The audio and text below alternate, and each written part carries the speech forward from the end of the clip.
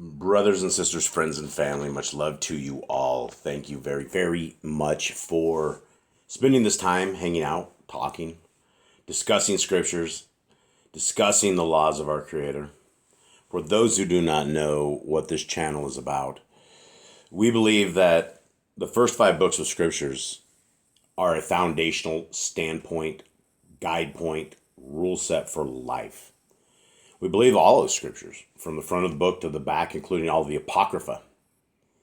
And we believe that the way to the kingdom is by an obedient people. A people who are willing to take what our Creator has told us from the first page of scriptures and apply it to their lives. Apply it to their being. And right now we live in an age of complete darkness.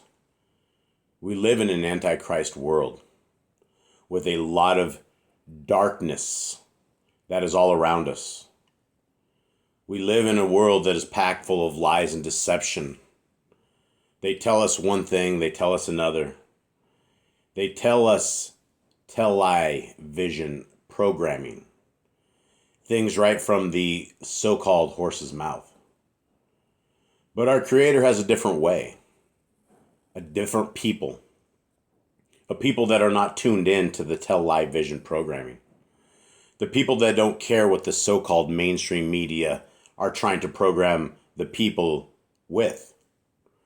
The people of our Creator are a free people. We're a free thinking people.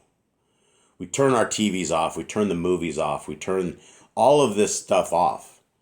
If it is part of the Hollywood system, if it is part of the beast system, the world system, then we don't bring it into our lives because we know that it's unkodesh, it's unholy.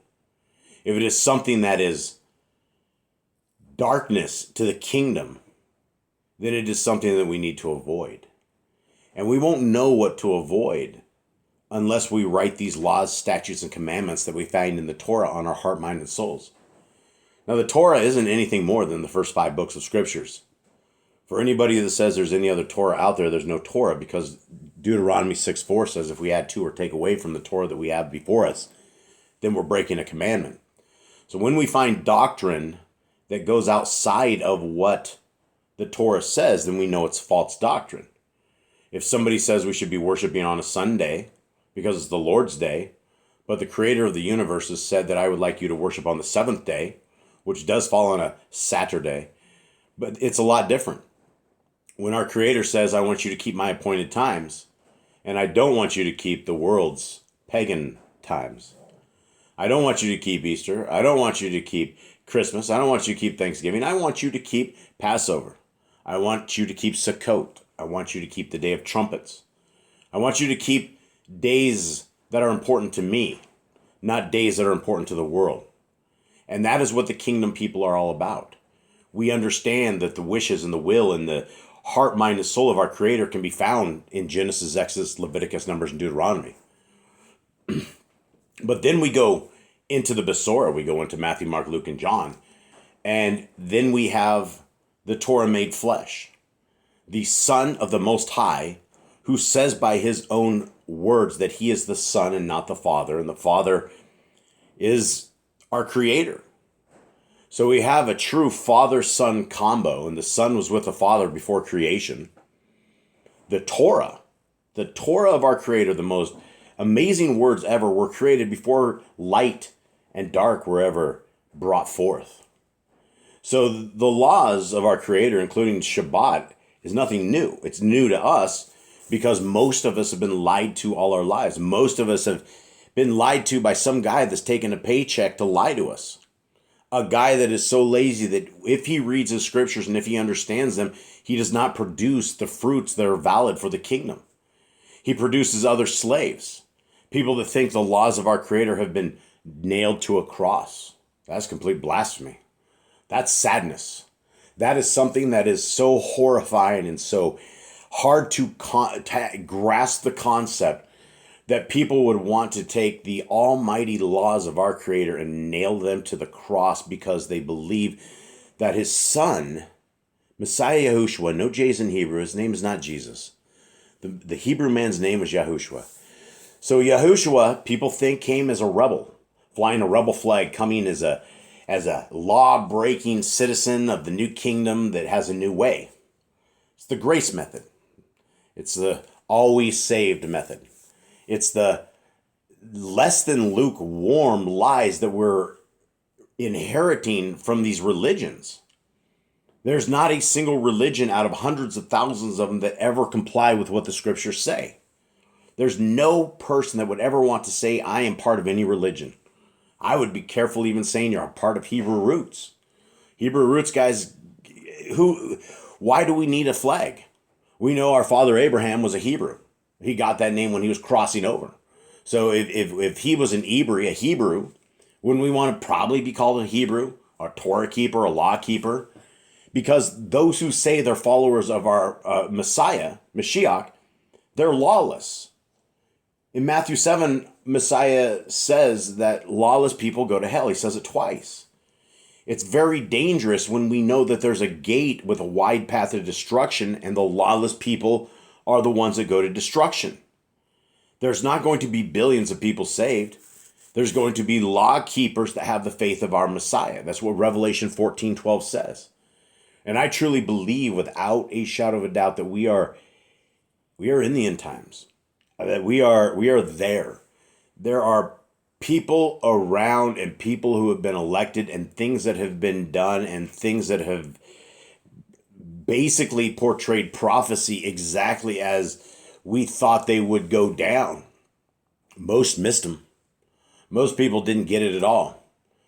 But it doesn't matter because we don't need to understand these things if we understand the laws, statutes, and commandments of our Creator.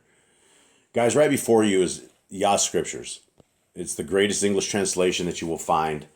I believe that without a shadow of a doubt. So many people are reading this right now. So there's been thousands, 10,000s, tens of thousands of downloads of the free versions of these. So many downloads, I don't even keep count anymore. It became so awesome that it just became innumerable, and I don't even look anymore. And so it is something that you guys can get the free version of. Go to Yah Scriptures, put a .com at the end of it. And we have a Bible ministry that was an accidental Bible ministry. We accidentally were born and accidentally have been doing what we've been doing. And I have embraced and literally fallen in love with a ton of brothers and sisters in prisons, guys that are doomed, guys that will probably die during the times that I'm sitting here talking to them. They will be murdered right before my eyes. People that are human beings, people that maybe or maybe not did horrendous crimes. But we're in there ministering to the darkest depths of the corners of the prison systems. And right now we're doing very good with Texas, the state of Texas. But there is a tremendous amount of prisons out there. We have a tremendous amount of people. We have a lot of prisoners that would love a pen pal. If you love the Creator of the universe, if you love His laws, statutes, and commandments, if you have some time that you can invest in people that have lost hope, this is a great opportunity. And you can email me at jboss@jasonboss.net. jboss@jasonboss.net. And yeah, guys, this is it. This book will have the restored names of our Creator, the restored names of His Son. 3 beautiful bookmarks. One is purple, yellow, and red. And then the blue Bible in of itself. These are all the colors of our Creator. And this is the name of His Son. There's a shofar on the back. And it is absolutely limited edition. But it'll always be free of downloads. So the limited is only the book. This will stay out forever and ever. Guys, we are into the Book of the Nazarene. And what you're looking at right here is you're looking at the Yah Scriptures Google app. It's 100% free of charge. You guys can download it if you have any Google devices whatsoever, TVs, tablets, phones, you name it. It's all there. So today we are beginning our very first chapter of the book of Khalidi. And the book of Khalidi is a book where our Messiah is speaking to us. He's giving us a tremendous amount of details, a lot of things that we've never ever heard, but a lot of things that we've heard well before over and over and over. And so it is a baraka, a blessing to actually be able to read the words of our Messiah. And if you guys get value out of this, I've said this before, but I get a tremendous amount more value out of this, reading this at this pace, reading it with you guys, reading to understand, reading to explain. This is a very good thing for all of us. And as we try to dial ourselves in, and ultimately, the bottom line is we're all trying to save our souls. The one thing that will live on beyond this flesh and blood and dust to dust from these bones that'll become bones is we have our soul. And so we need to guard our soul. We need to protect our soul. We need to put our dukes up. We need to make sure that there's nothing of evil that can penetrate us in this end times world where it's going to get darker, it's going to get wilder, it's going to be wild. And I think it's here. I know people throughout the ages have said it's been here before, but I think it is. So these are good times that are, if you're being called to scriptures, if you're being called to these kind of studies, if you're just accidentally running into them and you find them just changing your life, then that's the hand of our Creator that's doing this. And it's Him to be thanked. It is Him that has brought you to where there's truth. And guys, don't trust me. Grab a copy of scriptures and start on page 1. We all need to read the Torah as a love letter from our Creator to us, as a complete battle arraignment. We're talking about the hardest possible steel that we could ever possibly have is found in the first 5 books of scriptures. And these words of our Messiah are bringing them to life. So this is where we're at. Yahushua came to a place where he had a kinsman and stayed with him. But on the second day, a large crowd gathered outside, so it was impossible to remain at Shalom. These kinsmen were quiet people whose lives followed a tranquil course, where they conformed to the pattern of life imposed upon them. Hearing the clamor of the crowd, they became agitated and said, "Surely Yahushua must be out of his mind, and we should put restraint upon him. Otherwise we will be ridiculed." Just then, some important men from Jerusalem spoke to them, and they said among themselves, "This thing is beyond our control, but surely we shall never live normal lives again." You can see the life of Yahushua. You can see the life of our Messiah. From everything that I have read, our Messiah's life was always filled with issues. Like he was on a mission for his entire existence to change things and make things better. And so from the point that he's a superstar, he's a celebrity. Nobody has ever seen the actions and the deeds and the abilities and the heart and the mind and the soul of the Torah made flesh walking among us. And so there was no way to contain this clamor, and even just trying to chill out and be, chillax here, there, trying to get a little bit of a downtime. Everybody comes to the house and they start busting it up with the in-laws, with the kinsmen, right? And they're tripping out because they've never seen such an uproar. People talk all over. They didn't have cell phones back then. They had telephones. They used the foot leather express. Word traveled fast back in the day. Continuing on. The men from Jerusalem said to some people standing outside the doorway, "Go away. This man is possessed by the sovereign of evil Ruach and calls on him for help when casting out his subjects." Hearing this, Yahushua called to the men from Jerusalem, asking them to come outside to where he was. He then asked them, "Can evil cast out evil?" They said, "On this point, we have no clear guidance." Yahushua then said, "Surely, if a reign is divided against itself, it must collapse. Likewise, a household split internally soon falls apart. If evil powers counteract each other, are they not like men in an army who fall upon each other with swords, thereby rendering the army ineffective? Set evil in action against evil, and nothing except good can result." All right, we have heard this before, but Messiah just respins this completely out in such a way that is absolutely beautiful. And there's a lot to be said. A reign divided against itself. We know from history that every time that there is internal issues, especially when reading scriptures, the reign of Yisrael and Judah, the northern and southern tribes, throughout the years was a Game of Thrones. It was households killing each other, people killing each other, sons killing each other, everybody jumping up to take that kingship. And That is so true, right? And none of these things survived. None of them survived very long. All of these reigns of the people of Israel died at a very, very short time. Now, the same goes for a household split internally, soon falls apart. That is the problem where in relationships and in households and in marriages where one spouse finds Torah, it separates the house. Things become different because the Torah walk is not like the same walk that we used to have.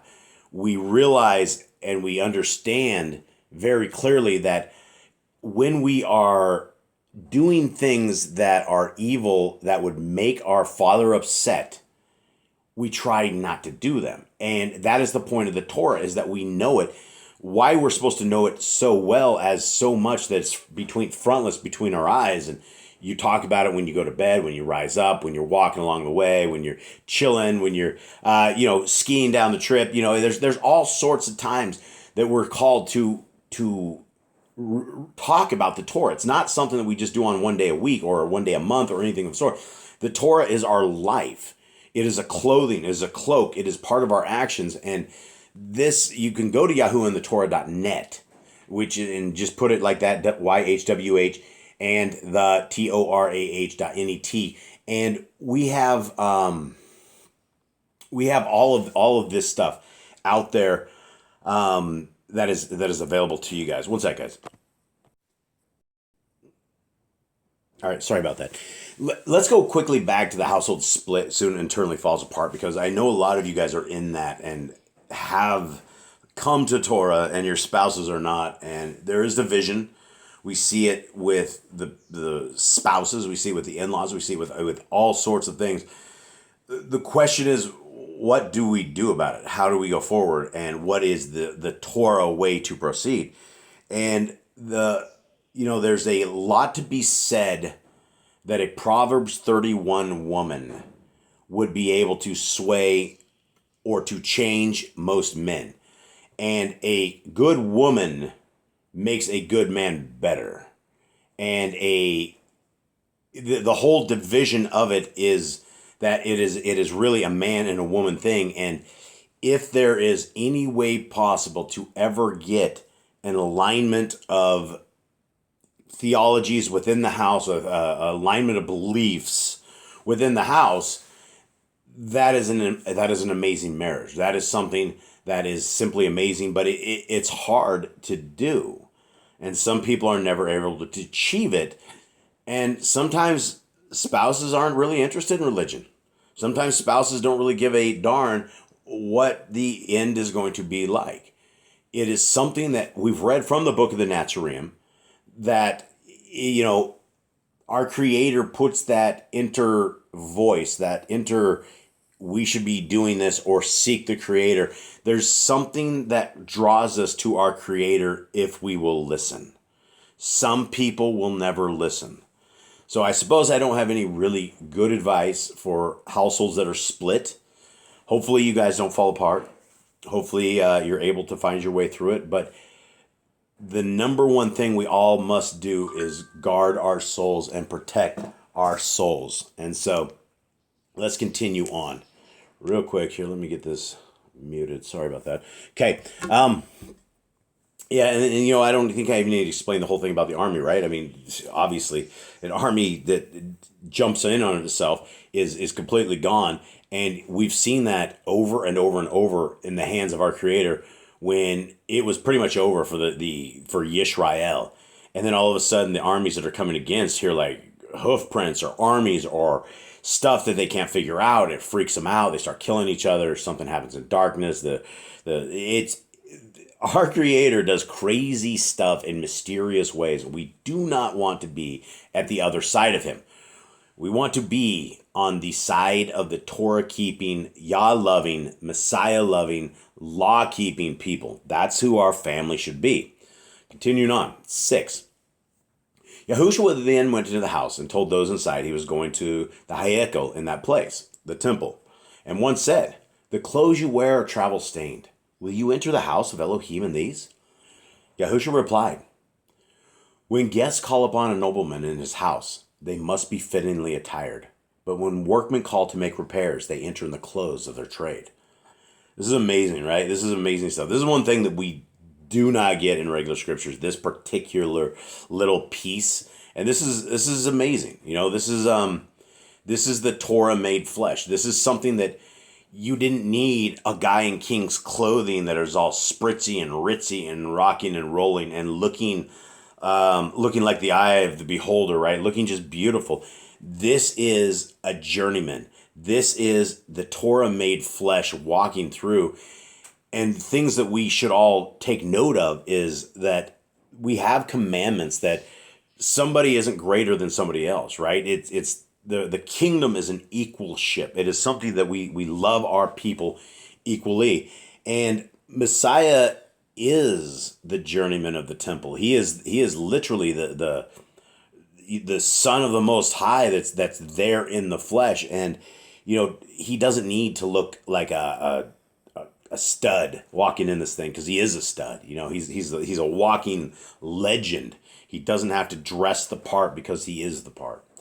Yahushua spoke to the people in the temple, in the Hayekel, saying, the Parashim, the Pharisees, occupy the seats of the Nevi'im, and should therefore be obeyed. In general, they live good lives, and you would do well to follow their example. But with many, the goodness is only on the outside, and they are rotten within. Therefore, by exposing these, I serve those who are really good.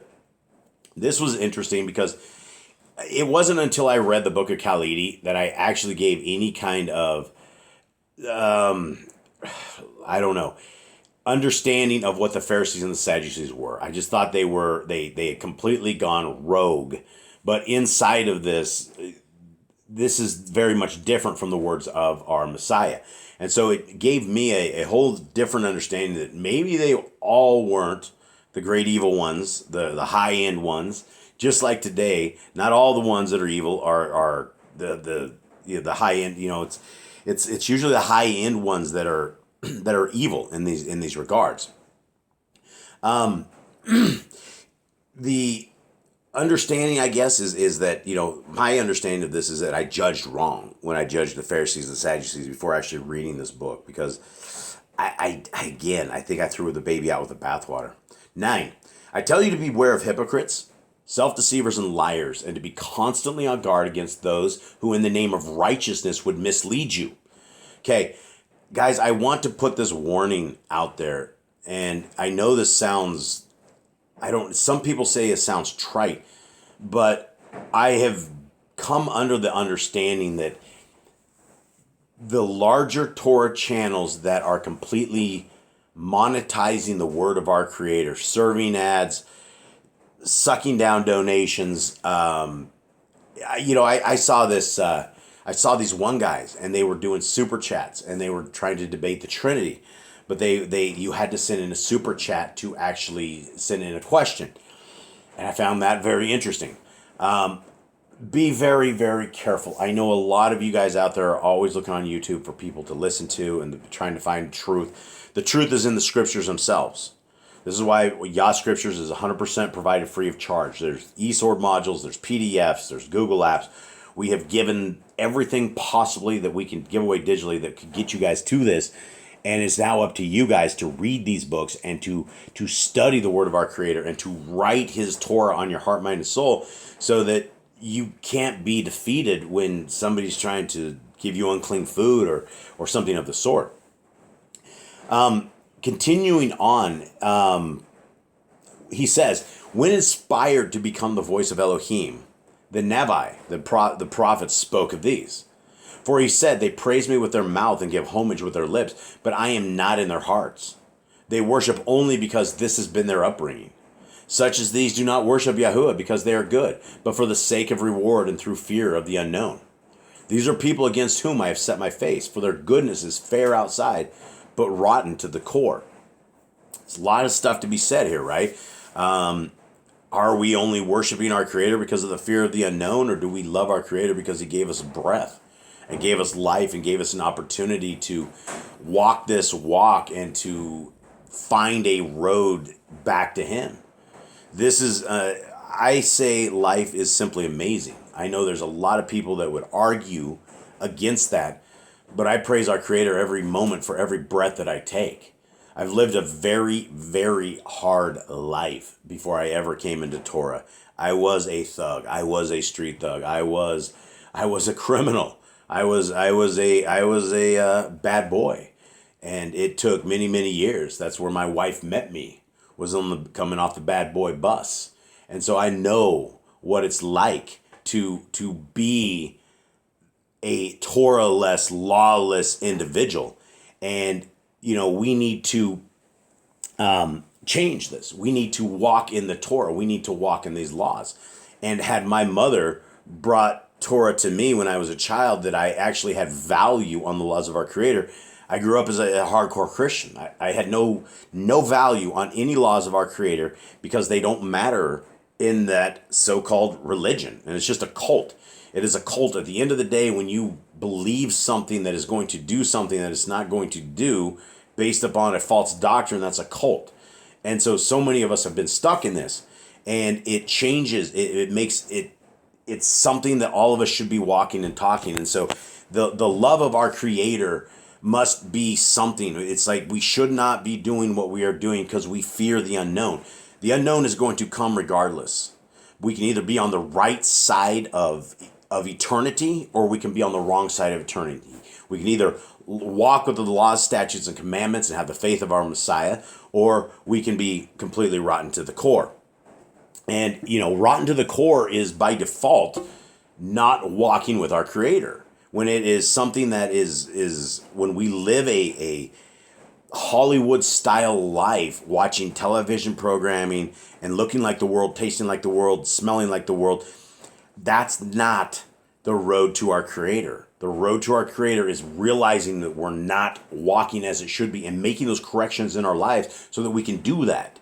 It's not an immediate change. We have to get rid of leaven in our house little bits at a time, especially where we just wake up into Torah and we start figuring out that, wow, we almost got burned, and somehow we were able to wake up, we were able to figure out this whole religious system is a scam and come to our Creator. And most will never do it. Most are so buckled into their religion that any time I talk of anything like this, their eyes cross and their axes come out and they start chucking knives at me. It's just what it is. We need to seek our Creator where He's able to be found. Okay. 10, I think, is going to be the end of this. There are others who dig in the darkness, hoping their thoughts are unknown. They delve around in the filth within themselves and say, "This is pleasant, and none sees what I do." But the record of their thoughts is never lost. Okay, let's talk about this real quick. This is stuff that concerns me. This is things that I will, because I've lived the kind of life I've lived, the Torah-less life I've lived, the wild life I've lived, I have a lot of things that I've infused into my brain, right? The eyes are the windows to the soul. I've corrupted myself. I've corrupted my body. I've corrupted my mind. I've corrupted my heart. These are things that living in Babylon, we don't know. It's pure corruption. We didn't know. It's just what was on TV. We didn't know it was wrong. So I will oftentimes have a dark thought, and it'll be a dark thing, and I will have to immediately ask Yah, it's like, please, Father, please strike this from my mind, strike this from my thoughts, please do not let me have this. There are things within that, and this is why we need to be good with what we input. What we eat is what basically comes out of us, our health. We eat GMOs, we become sick. This is the same. We ingest evil into our eyes, our mind, our heart, our brains, our body gets sick. Physically, we still get sick, but spiritually, we're just ralphing inside. And so we need to understand that our thoughts are recorded.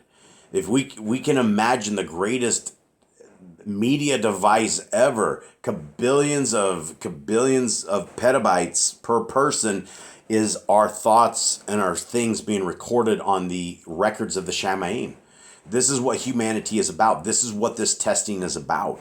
This is why we need a Messiah. This is why we need some way to forgive, to atone for our sins. And since we don't have a Levitical priesthood, and we don't need one, we have our Messiah. And that Messiah, by his death, burial, and resurrection, has defeated that spiritual curse of the death of the Torah, because every single time that I've broken Torah throughout life, I am accountable for this. We need a Messiah. We need a Savior. And with one without the other is a tough road. If we didn't have a Messiah and we didn't have a Levitical priesthood and we die in our sins, what then? What happens? So, and then what happens if we have a Messiah and all we have is we hope this guy is going to give us grace and love, when he tells us very clearly that his laws, the laws of his dad, are what we need to be writing on our heart, mind, and soul, and what we need to live by. And he says those who do not live by the Torah will be sent to hell. Matthew 7 says that. Continuing on.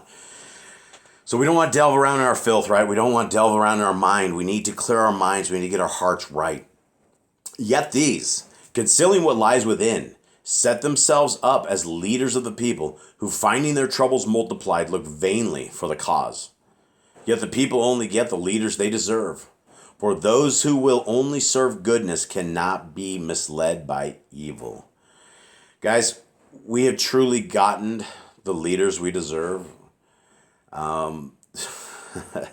Without a shadow of a doubt, if you're looking for somebody that absolutely, without a shadow of a doubt, fits the Antichrist through every single thing and has fulfilled every last bit of prophecy, he just got elected. And so if you're looking, and if that triggers you and that makes you angry, understand this man can do no wrong. And when you look at his history and you look at the rest of this, we are in a troubled time. We are in some very, very dark times. This is why we need to bring the light of the Torah into our lives. This is why we need to get grounded, based, ready to go, hands up, chin down, and be ready to take the blows that Hasatan and the demons want to give the Torah keepers. As a Torah keeper, we are spiritually defended from a complete set of darkness, but we're still hated. And so every last opportunity that Hasatan can do that can hurt us, he's going to do. That's his goal. That's his mission. If somebody has chosen the laws of our Creator and abandoned the Christian rhetoric, that's going to take him off. He hates that. Why? Because he's the opposite of this. He's a lawbreaker. And nobody knows the word of our Creator better than Satan. Satan has been around. He knows exactly what it says and what it's all about. And he has actively, without a shadow of a doubt, violated it all. And it's a test of good versus evil. It is a test of humanity. It is a test of those who are willing to bow their knees to a higher power and a higher understanding of a way of life. The way of life is the Torah. And when we involve ourselves in this, when we immerse ourselves into this, then all of a sudden, it's better. Life is better. You have a guide in life. You have supernatural ninjas that are ready to defend you, where the ones who are lawless, they don't have that same kind of protection. They don't have that same kind of stuff. Guys, with that, I hope you guys have a wonderful day. Much love to y'all. I'm out.